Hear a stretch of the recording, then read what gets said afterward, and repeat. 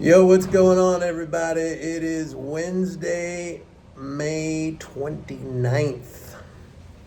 Market was down today. Big down day. Big down day.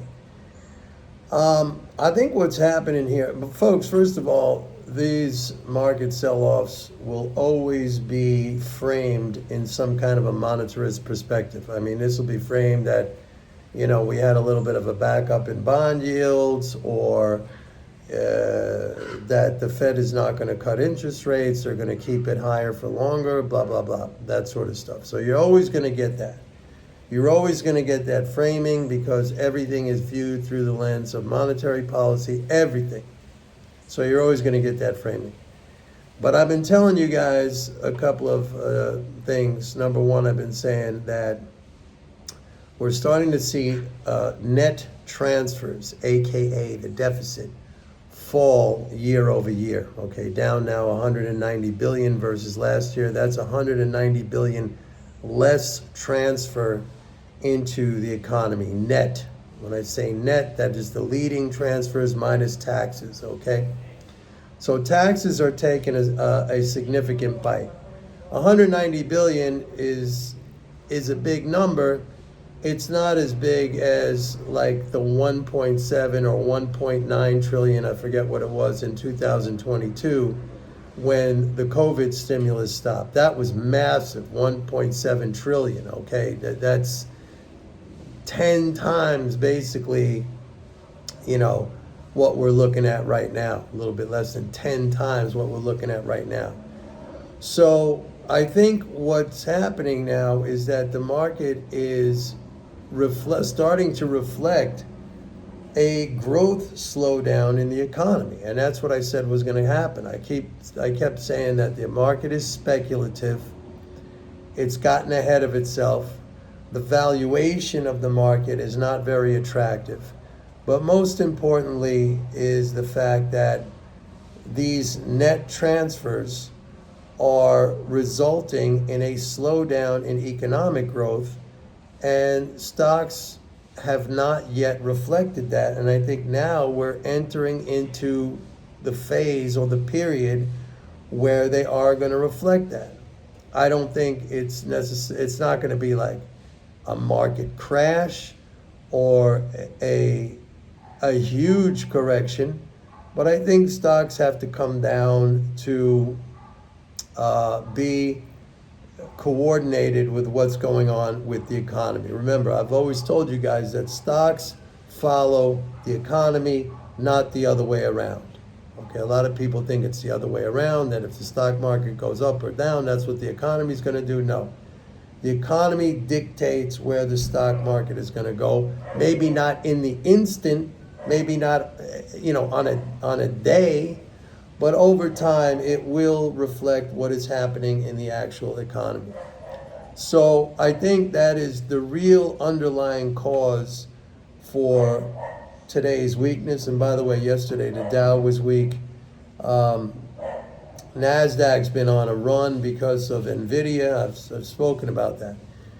Now, we're coming into the June 1st, first of the month payments, which actually that's going to be split up between May 31st, that's on Friday, and June 3rd, which is next Monday, because June 1st actually falls on a Saturday.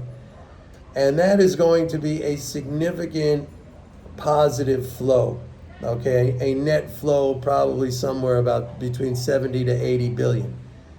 But we're still 157 billion left to recover from the April 15th tax drain. I mean, it should impress you the size of these April 15th taxes. I mean, we're heading into 2 months now, or a month and a half, where that drain not only has not been fully recovered, but there's still 157 billion outstanding to get us back to where we were on April 14th. So we'll get like a 70 to 80 billion net positive flow between Friday and next Monday. Next Monday, I mean like June 3rd.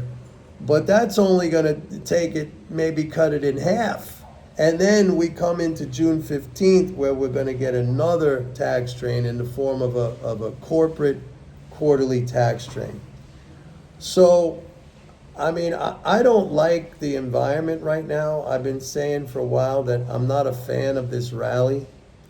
That doesn't mean the economy is going to go into contraction. I think the slow growth we saw in the first quarter, that 1.6% GDP growth rate, and we're going to get the second estimate, actually, I think tomorrow. I think second quarter, I've been saying that I think we're going to be around that level, if not slightly less. So that's not negative growth, that's just slow growth. And I also said that it looks to me like there is a possibility, although I need more data, I'm not going to definitively declare anything right now because I need more data, but it looks to me like there is a possibility that the leading spending flows are going to re-accelerate. All right, and yesterday I spoke about that. Maybe that has to do with the defense bill, that aid package that Congress passed. I think it was earlier this month, or probably earlier this month. That was the Ukraine-Israel aid package. I think it was like 80 billion or something like that. And that gets spent primarily. That gets spent here. I mean, that goes to the defense sector, and so that might be what is developing right now when I look at it, and I like to sometimes plot this out graphically just because it gives me a visual. It gives me a visual of what's going on. So I'm keeping track of that. So coming into Friday, which is in 2 days, and then Monday, which is June 3rd, we could see a rebound, somewhat of a rebound in stocks with these flows.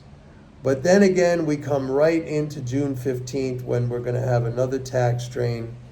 And like I said, I think the market's going to continue to be choppy. I think it's overvalued. I'm not a fan of this rally. If these flows start to re-accelerate, and again, I watch this stuff every single day. I'm the only one who really does this. If these flows start to re-accelerate, then the economy is going to be fine. We'll have a resumption in the pace of growth, or a re-acceleration in the pace of growth, and the market is going to go back up. So right now, it's kind of like, there are times when you got to kind of sit and wait because conditions are just kind of evolving and there's no sense to jump the gun. You know, a lot of times I talk about, or I give you quotes from the book Reminiscences of a Stock Operator. If you've never read that book, and a million times on this channel here I've recommended buying that book. It's a great book. It's the escapades, the trading escapades of Jesse Livermore, who was a famous stock speculator in the 20th century. And he talks about when it's right to get in. You know, he talks about sitting patiently and waiting for the right opportunity. Now, for me, that equates to, because I'm a fundamentally based investor, and my approach revolves around the fiscal flows, as you know, and sometimes it's just like an evolving process, and I need to see more data, and that's okay. That's okay. That goes with having patience, having discipline. And so that's where I'm at right now. I think that the market's going to come down to reflect slower economic growth. But I want to see what's happening with these leading flows because if they re-accelerate, then that pullback in the market will just present another buying opportunity. I don't want to confuse everybody here. That sounds like, I'm playing it both ways, but I'm just trying to say I need some more data. Up until now, I said I was not a fan of this rally. I think it is not reflecting the slowdown in growth, and that's what we are seeing right now, in my estimation. And again, this is all going to be framed. If you're going to read about it, if you're going to hear about it, it's all going to be framed in a monetarist perspective. They're going to say, it's about the Fed keeping rates higher for longer, or, rates just backed up over the last couple of days, all that stuff. That's all they know. Okay? I read a thing the other day, or today, as a matter of fact, where Fed Governor Mester, I forget her first name. I think she's president of the Kansas City Fed, Lauren Mester, I think that's her name. She came out with a statement where she said it's prudent for the Fed to keep policy restrictive for a longer period of time. And when I read that, I'm like, this is really incredible. So far this fiscal year, and it's not even a full year yet. I mean, we still have June, July, August, so we still have 4 months to go. So far this fiscal year, $560 billion of interest income has been transferred into the economy as a result of Fed keeping rates high. So how is that restrictive? She is the president of the Kansas City Fed, making a statement that the Fed ought to keep policy restrictive, despite the fact that so far, over the last 8 months, $560 billion, more than $500 billion, has been transferred into the economy. In my mind, the way I see it, that's not restrictive, okay? That's a huge amount. But there you have it. That's how the monetarists are going to describe things. That's their orthodoxy. They're going to stick with that, despite the fact that it's completely wrong. And so, I mean, you just got to look at that and think, they're all thinking that way. They're all thinking that way. I mean, they don't see it right in front of their noses, or if they do, they just pretend it's not there. All right? Anyway, that's it for today, folks. Don't forget, go to my website, pitbulleconomics.com. Sign up for a 30-day free trial of MMT Trader. I look at these flows every day. I send out the data and the analysis to my subscribers. This is the first derivative, okay? Everything hinges off of this. And when you understand this, when you have this information, when you have this understanding, when you have this knowledge, you're gonna be okay. You're gonna make money as an investor. See you tomorrow. Bye.